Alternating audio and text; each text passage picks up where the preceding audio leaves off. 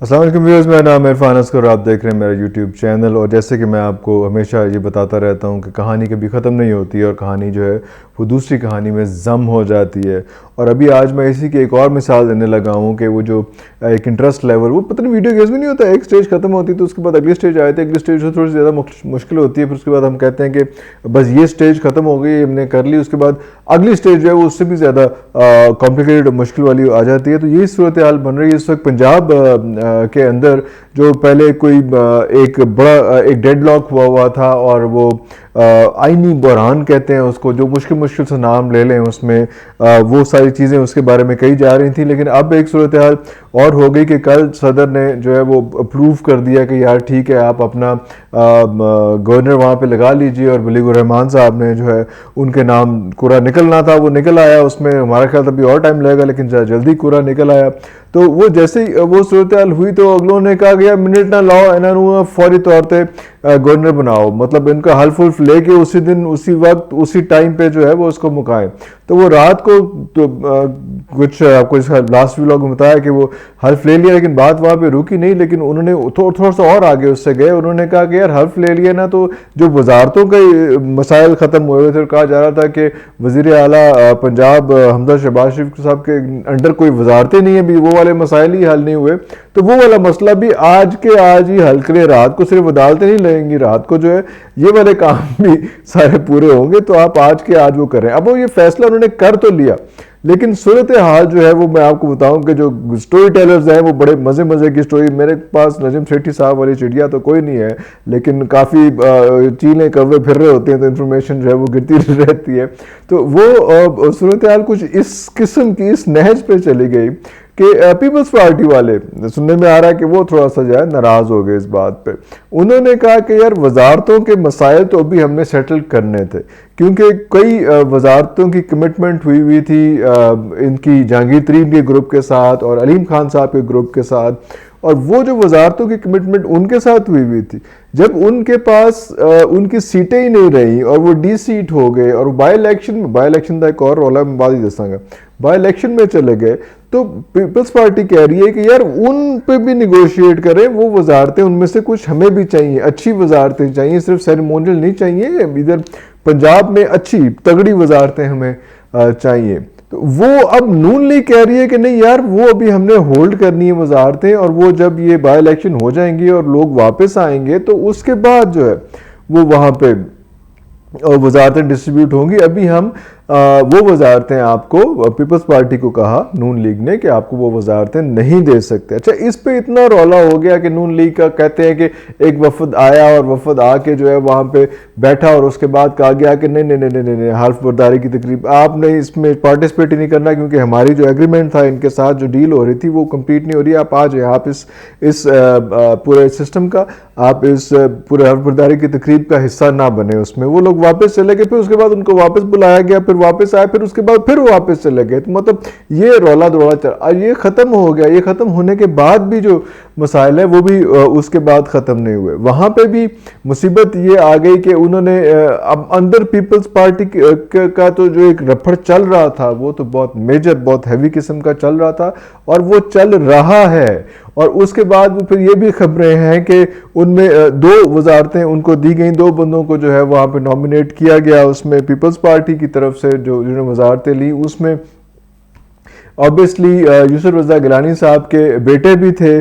اور وہ جب اناؤنسمنٹس ہوئی تو یوسف رضا گیلانی صاحب کے بیٹے کا نام بھی اناؤنس نہیں ہوا. تو وہاں پہ ایک اور رولا پڑ گیا کہ یار نہ اناؤنس نہیں کیتا ہو، کی کر رہے ہو تسی کی، اٹس اے گریٹ انسلٹ. مطلب وہ سابق وزیر اعظم اور اس وقت جو ہے وہ سینٹ کے چیئرمین، اور مطلب اس لیول کا آدمی وہ، اور اس کا آپ نے نام ہی اس کے بیٹے کا نام ہی آپ نے اناؤنس نہیں کیا. تو اس پہ ایک اور پھڈا وہاں پہ پڑ گیا. خیر نام اناؤنس کرا کے وزارت ضرورت ہوگی، لیکن ان کو بہت غصہ آیا.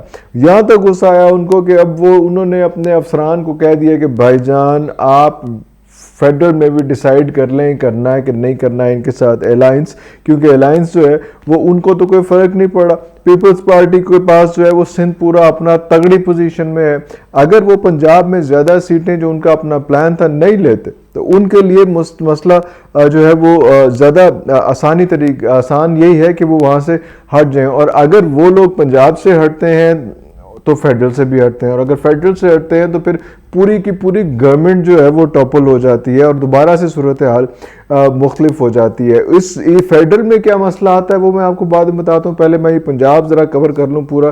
پنجاب میں ایک اور مسئلہ بھی آ رہا ہے. پنجاب کا ایک بہت بڑا مسئلہ اب یہ بھی ہے کہ یہ والے بظاہر چیزیں حل ہو گئی ہیں لیکن یہ حل نہیں ہوئی, ان پہ بہت سارے جھگڑے آ رہے ہیں.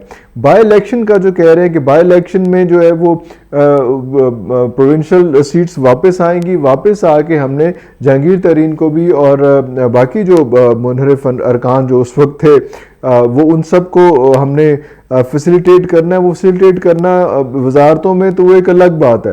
ایک اور جو ہے وہ کٹا کھل گیا ہے, وہ کٹا یہ کھل گیا ہے کہ جن لوگوں کو نون لیگ کے جن لوگوں کو ہرایا تھا ان حلقوں میں, بڑے اسٹرانگ لوگوں کو ہرایا تھا پی ٹی آئی نے ان جگہوں پہ جس میں جو جگہ اس وقت جو ہے جہانگیر ترین کے پاس تھیں یا وہ ان کی ٹیم کے پاس تھیں یا جو جگہیں ان کے پاس تھیں, کیا نام ہے ان کا, یہ علیم خان صاحب کے پاس تھیں, وہ بڑی اسٹرانگ جگہیں تھیں سارے اس میں. اب وہاں پہ ظاہری بات ہے نون لیگ کے بھی لوگ تھے جن کو اس وقت ہرایا گیا تھا. اب نون لیگ کے وہ لوگ جو وہاں پہ ان جگہوں پہ ہارے تھے وہ کہہ رہے ہیں کہ بھائی جان ہمیں اب یہاں پہ ہمیں آپ آنے دیں اور ہم اپنا یہاں پہ بائی الیکشن لڑیں گے اس میں, کیونکہ ہم نے آپ کے ساتھ لائلٹی دکھائی ہے, اتنا عرصہ آپ کے ساتھ رہے ہیں, ہم ہار گئے تھے پھر بھی ہم وہاں پہ آپ کے ساتھ کھڑے رہے ہیں اس میں, تو یہ صورتحال ابھی ہمیں یہاں پہ سیٹس دیں, ہمیں یہاں پہ ٹکٹس دیں تاکہ ہم کھڑے ہوں. تو اب کیا کرے گا نون لیگ؟ اپنے ایلائز علیم خان کے سامنے کریں گے. ویسے تو علیم خان صاحب کے بارے میں یہ خبر آ رہی ہے کہ علیم خان صاحب اس بار خود الیکشن نہیں لڑیں گے, وہ he has done enough of the politics, front line politics, اب وہ بیک اینڈ پہ پالیٹکس کریں گے اس میں, تو وہ اپنے بندوں کو کھڑا کریں گے, چیزیں کریں گے اس میں, لیکن وہ بات کی بات دیکھی جائے گی اس میں. لیکن ابھی جو ہے وہ نون لیگ کے اندر ایک یہ بہت بڑا پرابلم آ رہا ہے کہ وہ کہہ رہے ہیں کہ بھائی جان ہم لوگوں کو کھڑا ہونے دیں, اور وہ کس کے اگینسٹ کھڑے ہوں گے؟ وہ علیم خان کے اگینسٹ کھڑے ہوں گے یا مختلف جگہوں پہ جہانگیر ترین جو ایلائز ہیں ان کے, جنہوں نے اتنا منحرف ہونے کا اپنا منہ کالا کرایا اور سارا کچھ کیا, کیا ان کے سامنے وہ کھڑے کریں گے؟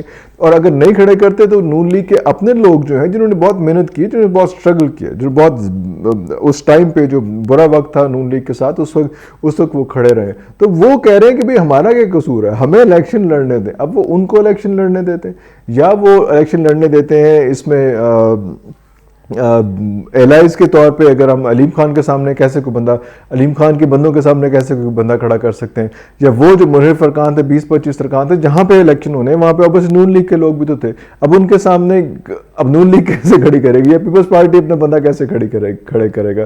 وہ صرف پی ٹی آئی ہی کھڑے کر سکتی ہے اپنے بندے کے سامنے.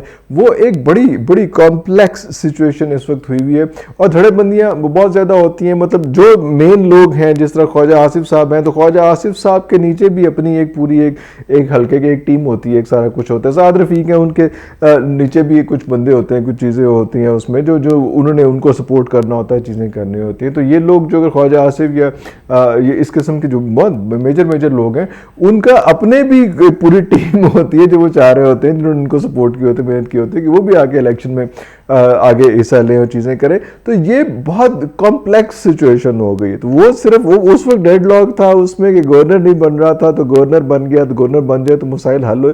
نو, وہ اس سے بڑے مسائل کے اندر وہ گر چکی ہے اس وقت نون لیگ. اور اس میں اور پیپلز پارٹی بھی جو ہے وہ اپنا حصہ مانگ رہی ہے. وہ کہہ رہی ہے کہ یار اس میں 20 میں سے کئی ایسی سیٹس ہوں گی جس میں آپ ہمارے خلاف اپنا بندہ نہیں کھڑا کریں گے. اب وہ اتنا بڑا یہ ایک میس اپ کل سے کریٹ ہوا ہے. اور ایسے وہ جس کو کہتے ہیں نا کہ وہ تکڑی میں مینڈک تولنے والا, وہ ایک رکھتے ہیں دوسرا رکھتے تیسرا نکلتا ہے, وہ والی سچویشن جو ہے وہاں پہ بنی ہوئی ہے. بہت کمپلیکس سچویشن ہے اس میں. ایٹ دا سیم ٹائم ایک اور صورتحال جو ہے وہ یہاں پہ کریٹ ہوئی ہے نیشنل سائڈ پہ, جو فیڈرل سائڈ ہے اس میں. وہاں پہ کیا مسئلہ آ رہا ہے؟ وہاں پہ یہ مسئلہ آ رہا ہے کہ انہوں نے کہا ہے کہ جناب ہم لوگ اپنے